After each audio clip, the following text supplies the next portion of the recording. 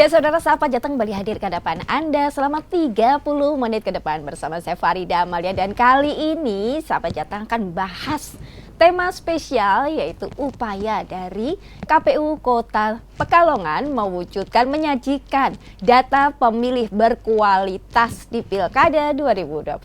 Dan tumbas tema kita kali ini sudah ada orang nomor 1 di KPU Kota Pekalongan. Dia adalah Mas Fajar Randi Yoga Ananda. Apa kabar nih Mas Fajar nih? Alhamdulillah. Harus selalu baik. Fresh ya? Harus dong. Sesuai dong ini, Fajar jadi harus fresh gitu iya. ya. Meskipun kemarin sempat dicari-cari ya, iya, ya Fajar betul. itu ya. Oke, Mas Fajar, kita kalau lihat ini gelaran Pilkada serentak, alhamdulillah sudah selesai dengan aman, dengan kondusif, lancar gitu ya, tanpa ada huru-hara seperti yang diperkirakan. Semoga memang tidak berharap ada seperti itu. Kita Amin. berharap alhamdulillah ini lancar, semuanya aman, damai, kondusif. Nah, yang menjadi pemirsa sekalian kan boleh kita flashback dulu. Menjadi latar belakang ini kan juga salah satunya kelancaran ini, aman ini karena memang ada data pemilih yang sudah berkualitas, yang tentunya tidak ada lagi data-data siluman, data-data bayangan seperti itu, enggak, semuanya udah clear. Dan kita akan tanya sebenarnya dari KPU Kota Pekalongan ini kan berhasil menyajikan data pemilih berkualitas. Ini proses tahapan pemutakhirannya bagaimana sebenarnya? Iya, jadi memang proses pemutakhiran data ini menjadi kunci, Mbak ya. Jadi ibarat seorang membangun rumah, maka diperlukan fondasi yang kuat. Lah, data pemilih ini menjadi fondasi dasarnya, Mbak. Karena setelah nanti kita bisa menentukan berapa jumlah pemilih, ini nanti akan berimbas kepada berapa jumlah TPS-nya. Setelah menentukan berapa jumlah TPS-nya, nanti akan berimbas menentukan logistiknya. Berapa surat suaranya, lalu berapa kotak dan lain sebagainya mengikuti. Jadi kita memang konsen betul terkait dengan bagaimana mewujudkan data pemilih yang berkualitas ya. Dan karena terkait konsen ini betul di Pilkada kemarin terakhir 2020 pun sempat akhirnya saya tulis menjadi sebuah buku bersama sahabat saya Pak Mursid Salimis selaku divisi pengampu. Kita berdua menyusun buku tentang data pemilih. Kita buku khusus nih. Buku khusus. Jadi kita beri judul karena memang segmennya Gen Z ya, jadi kita judulnya menyesuaikan dengan Gen Z. Jadi judul buku itu waktu itu kita beri nama Ikhtiar Melindungi Hak Pilih adalah Jalan Ninjaku. Weh, Jalan Ninja ya, iya, lagi keren tuh. Gitu. Jadi karena kita saking konsen betul terkait dengan perlindungan data pemilih, sehingga harapan kami semua yang punya hak pilih itu bisa masuk ke dalam DPT itu, Mbak. Iya, betul-betul. Tapi untuk mewujudkan data pemilih ini kan memang ada proses tahapan yang tidak mudah pastinya. Tidak seperti yang dibayangkan oleh masyarakat awam ya. Ya udah data udah masuk, udahlah itu kayak gitu-gitu ya. Iya. Jadi proses awal agar terciptanya sebuah DPT itu kita dimulai dari menerima data terlebih dahulu, DP4, data potensial penduduk pemilih itu dari Kemendagri yang diserahkan KPU RI, setelah itu diturunkan ke kami ke bawah. Nah, setelah kita mendapatkan DP4, kemudian itu data itu kita olah terlebih dahulu untuk selanjutnya kita turunkan dan untuk dilakukan pencocokan dan penelitian. Nah, pada saat proses pencocokan dan penelitian ini kita konsen betul, Mbak, karena kami khawatir ada kejadian atau dimungkinkan coklit di atas meja. Jadi si petugas ini tidak datang ke rumah, tetapi mencoklit sendiri di rumah berdasarkan perkiraan. Nah, itu yang rawan ya. Itu yang rawan. Rawannya kenapa? Karena dimungkinkan ada pemilih baru yang seharusnya itu ditemukan ketika si petugas datang, maka itu tidak ditemukan. Dan kita juga terbantu dengan adanya aplikasi online yang untuk digunakan pada saat e-coklit namanya. Jadi e-coklit itu bisa merekam real time karena setiap pencatatan harus dimasukkan ke aplikasi itu. Kalau dimasukkan di aplikasi pada hari akhir atau hari awal itu kan terlihat recordnya. Kok belum ada 3 hari sudah selesai? Iya, datanya situ ya. Iya, betul. Nah, jadi dengan e-coklit itu juga membantu kita untuk memastikan betul bahwa proses penyusunan atau pembuatan DPT ini betul-betul berkualitas. Ya. Dalam proses coklit juga banyak hal yang unik ya. Jadi ada yang, mohon maaf ya, dikejar binatang petugas kami ya. Tidak dibukakan karena khawatir itu mungkin sales atau dan sebagainya. Oh gitu, ya. iya. Bahkan ada yang ditolak. Ada yang paranoid ya. Bahkan ada yang ditolak. Karena apa? Karena uniknya ada salah satu petugas coklat kami yang kebetulan juga dia menjadi petugas pendata bantuan. Nah, ada satu rumah yang dia pernah didatangi, tapi mohon maaf tidak menerima bantuan, sehingga ketika yang bersangkutan datang tujuannya untuk mencoklat itu tidak diterima. Oh. karena ada sedikit jengkel ya. Saya dulu didatangi untuk diterima penerima bantuan tapi tidak berhasil mendapatkan bantuan. Tapi setelah dikomunikasi dengan Pak RT, alhamdulillah bisa berjalan lancar. Jadi setelah tadi dilakukan coklat, lalu ditetapkan menjadi DPSHP, daftar pemilih sementara ya. Hasil perbaikan, terus nanti berakhir dilanjutkan dengan DPT. Dan ada satu hal yang kita unik Mbak, jadi kemarin itu pada saat proses pencermatan DPS sebelum ke DPT kan itu DPS dulu ya, daftar pemilih sementara, untuk dilanjutkan nanti menjadi DPT. Pada saat itu kita mengundang seluruh RT sekota Pekalongan untuk datang ke kelurahan untuk mencermati. Untuk melihat ya, ngecek lagi, betul, ngecek ulang. Memastikan bahwa ini sudah meninggal ya. Jangan sampai kan pemilih yang masih, karena pemilih yang masih meninggal memang harus kita coret ya. Namanya umur kan nggak ada yang tahu ya. Nggak ada yang tahu, kita coret dan alhamdulillah DPT yang ditetapkan sejumlah 32064 pemilih. Ini sejauh kami melakukan kemarin pencoblosan tidak banyak komplain bahwa saya kok belum masuk DPT, saya belum masuk DPT. Alhamdulillah menurut saya proses penyusunan ini bisa berjalan dengan baik, Mbak. Alhamdulillah. Tapi ini juga tingkat kesadaran masyarakat juga lebih tinggi berarti ya, Mas Fajar ya, karena mereka juga mengecek, mereka peduli dengan suara mereka. Gitu. Iya betul, karena untuk mengecek DPT pun DPS maupun DPT kemarin juga kita sosialisasi maksimal. Jadi tidak hanya melalui baliho, artinya metode konvensional saja ya, betul. Misalkan di kecamatan, di kelurahan, kita juga gandeng YouTuber Mbak, YouTuber yang cukup fenomenal di daerah kami ya, di daerah kami kita minta kerjasama untuk mensosialisasikan agar mereka melakukan pengecekan. Jadi pada saat DPS itu kita maksimal, supaya nanti apa? Supaya nanti masih bisa masuk ke DPT. Jadi kalau sudah ditetapkan DPT kan tidak bisa, tapi kalau masih DPS itu masih memungkinkan. Jadi pada saat DPS kita maksimal betul. Berbagai media juga kita undang waktu itu di sekitar lokal kami, dan yang cukup fenomenal lewat YouTuber itu. Tujuannya apa sih? Tujuannya tadi melindungi hak pilih itu saja. Betul. Mungkin kalau lewat YouTuber kan lewat ini ya, media sosial. Lebih ini untuk Gen Z seperti itu yang mungkin lebih bisa aware dengan ini loh suaramu, peduli dengan suara. Oke, Mas Fajar, kita akan lanjutkan perbincangan usai jeda pariwara berikut ini.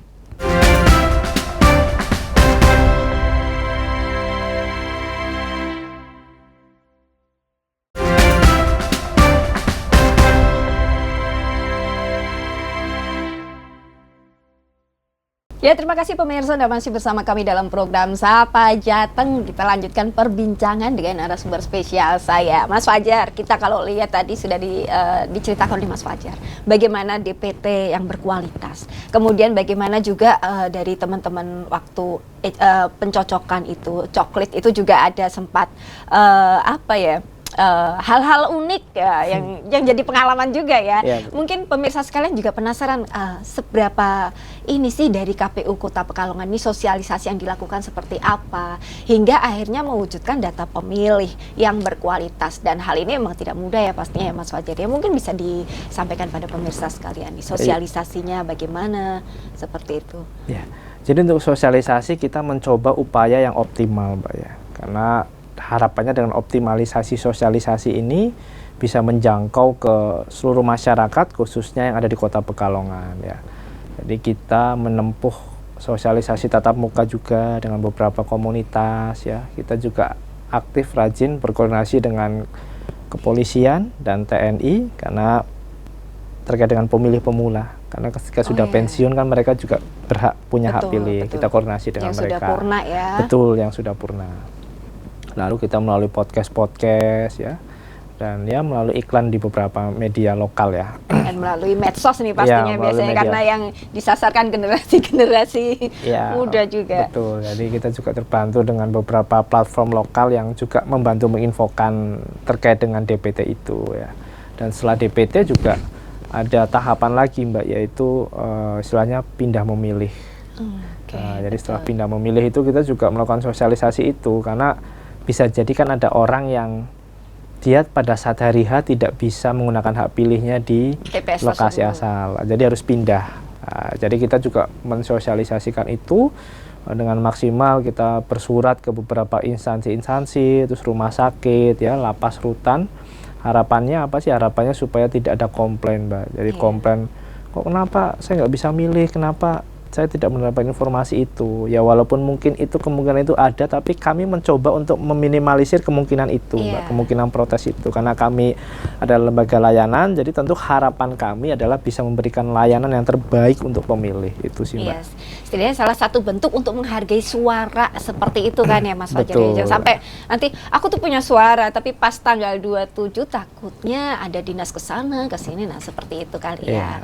Itu dia. Jadi memang dari KPU Kota Pekalongan ini sudah menyiapkan segala kemungkinan-kemungkinan kalau misalkan nanti ada mau pemilih sana ke sana, jadi suaranya supaya tidak hilang sudah diakomodir tadi seperti itu.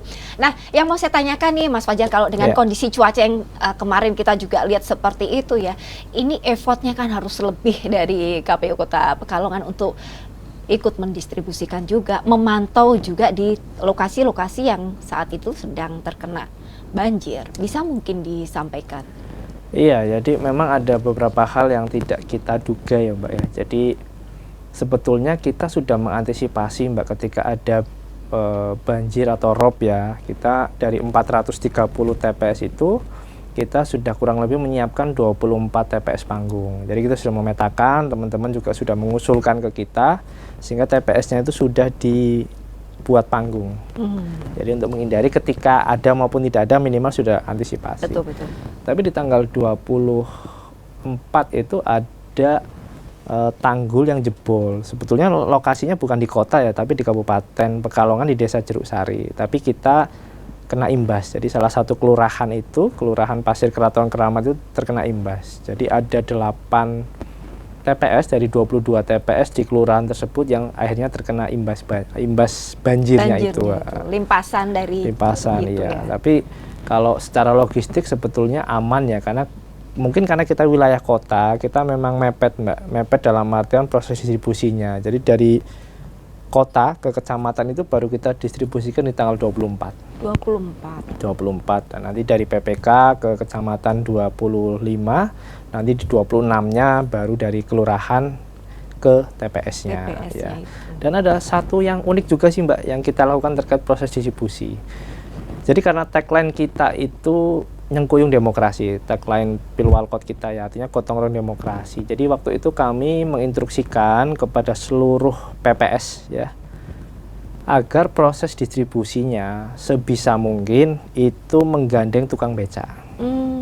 Ya, jadi karena kalau pemilu kita tidak mungkin karena kotaknya 5. Nah, kalau pilkada ini hanya 2 kotak, jadi kita kemarin hampir banyak seluruh kelurahan kami, 27 kelurahan itu rata-rata alhamdulillah bisa menggandeng tukang beca untuk proses distribusi dari kelurahan ke TPS masing-masing. Dengan bawa itu ya? Iya, karena kotaknya hanya 2. Lah, untuk yang di wilayah banjir tadi, kita juga berterima kasih kepada BPBD Kota Pekalongan ya, dan dari kepolisian, Satpol PP ya, karena membantu prosesnya menggunakan perahu karet tadi Mbak. Jadi di 24 itu awal adanya banjir itu kebetulan lintasan kita langsung terjun langsung. Waktu 24 saya meninjau masih satu dengkul ini Mbak, di atas dengkul lah, satu dengkul 24. Ketika kita kita ke sana ke daerah banjir itu, kita juga sambil sosialisasi. Jadi ada warga saya samperin, Bu jangan lupa untuk nanti hari Rabu tetap milih ya gitu. Jadi kita sampaikan itu juga. Dan di 26 agak semakin tinggi sampai di tanggal 27 itu sudah sepaha. Nah, ya. Pas hari hanya itu ya. Hari hanya.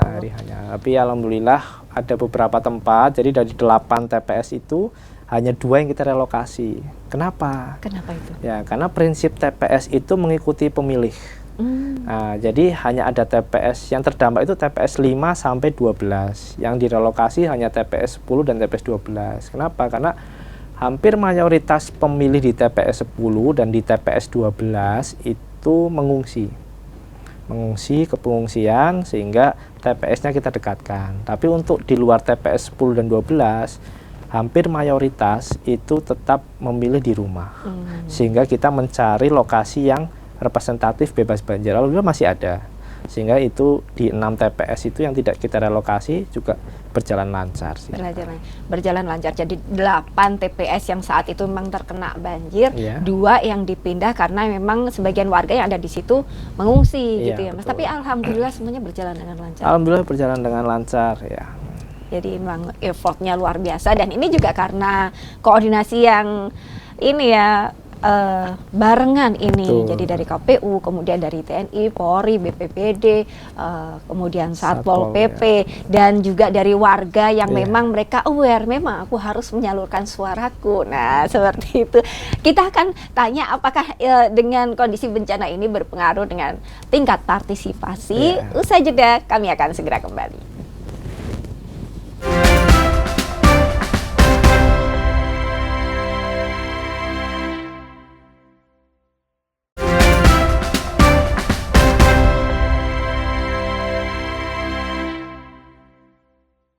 Terima kasih pemirsa, Anda masih bersama kami dalam program Sapa Jateng dengan narasumber saya. Beliau adalah Ketua KPU Kota Pekalongan, yaitu Mas Fajar Randi Yogananda. Lengkap nih namanya, panjang. Panjang kayak kereta api. Iya, tapi panggilan akrabnya adalah Mas Fajar kalau kita ya, yang selalu dicari-cari nih. Kalau Fajar pagi, pasti keluarnya Mas Fajar. Mas, ini kalau kita lihat tadi dari ini ya, sosialisasi dari DPT, kemudian dari bagaimana memantau, memandu, juga ikut distribusi logistik untuk yang tanggal 27 itu kan memang kondisi hal-hal yang tidak diharapkan terjadi seperti banjir, ini ada tanggul yang jebol, kena limpasan seperti itu. Seperti itu, kemudian hingga TPS itu ada yang juga yang direlokasi, didekatkan dengan pengungsi. Itu kan juga ada juga yang KPU melakukan mungkin jemput bola bagi pemilik suara yang saat itu mungkin sedang berhalangan, seperti itu. Mungkin ada Mas yang bisa disampaikan pada pemirsa sekalian. Ya ada, jadi memang istilahnya TPS keliling ya, istilah populisnya kan TPS keliling. Jadi memang ada, dan secara regulasi juga diperbolehkan di Juknis KPU RI 1774. Jadi nanti membawa bilik dan membawa kantong plastik warna hitam untuk tempat suaranya. Iya. Jadi di rumah sakit juga kita melayani itu, ada beberapa TPS yang mengcover itu juga. Lalu untuk pengungsi juga kita alhamdulillah dibantu oleh TNI, Polri, Satpol dan juga BPBD. Ya. Jadi membantu menjemput warga juga untuk mengantar untuk menggunakan hak pilih, atau yang tadi ya yang mengantar ke tempat pengungsian, karena di TPS 10-12 juga masih ada yang bertahan walaupun tadi sebagian besar ke pengungsian. Jadi dijemput bola juga ada, itu aja. Jadi kita terima kasih, dan juga TPS-TPS yang lain pun juga sama. Jadi kalau ada yang memang warganya tidak bisa ke TPS, lansia atau alasan khusus, panjang berkomunikasi dengan KPPS, maka KPPS akan mendatangi dengan persetujuan saksi. Jadi sudah kita sampaikan, poin pentingnya adalah silakan berkomunikasi dengan KPPS, karena bisa jadi kan KPPS tidak tahu juga kan ada warganya yang lansia mungkin yang tidak bisa datang. Yang kelewat, gitu. Betul, dan poin komunikasi itu yang kita tekankan kepada petugas kami di lapangan. Ya, itulah bagaimana bentuk menghargai suara bagi pemilih ini, yang tentunya yang namanya udah terdata, yang belum ya, kalau bilang belum, aku belum ke data lah, belum tuh ini belum dapat KTP seperti itu.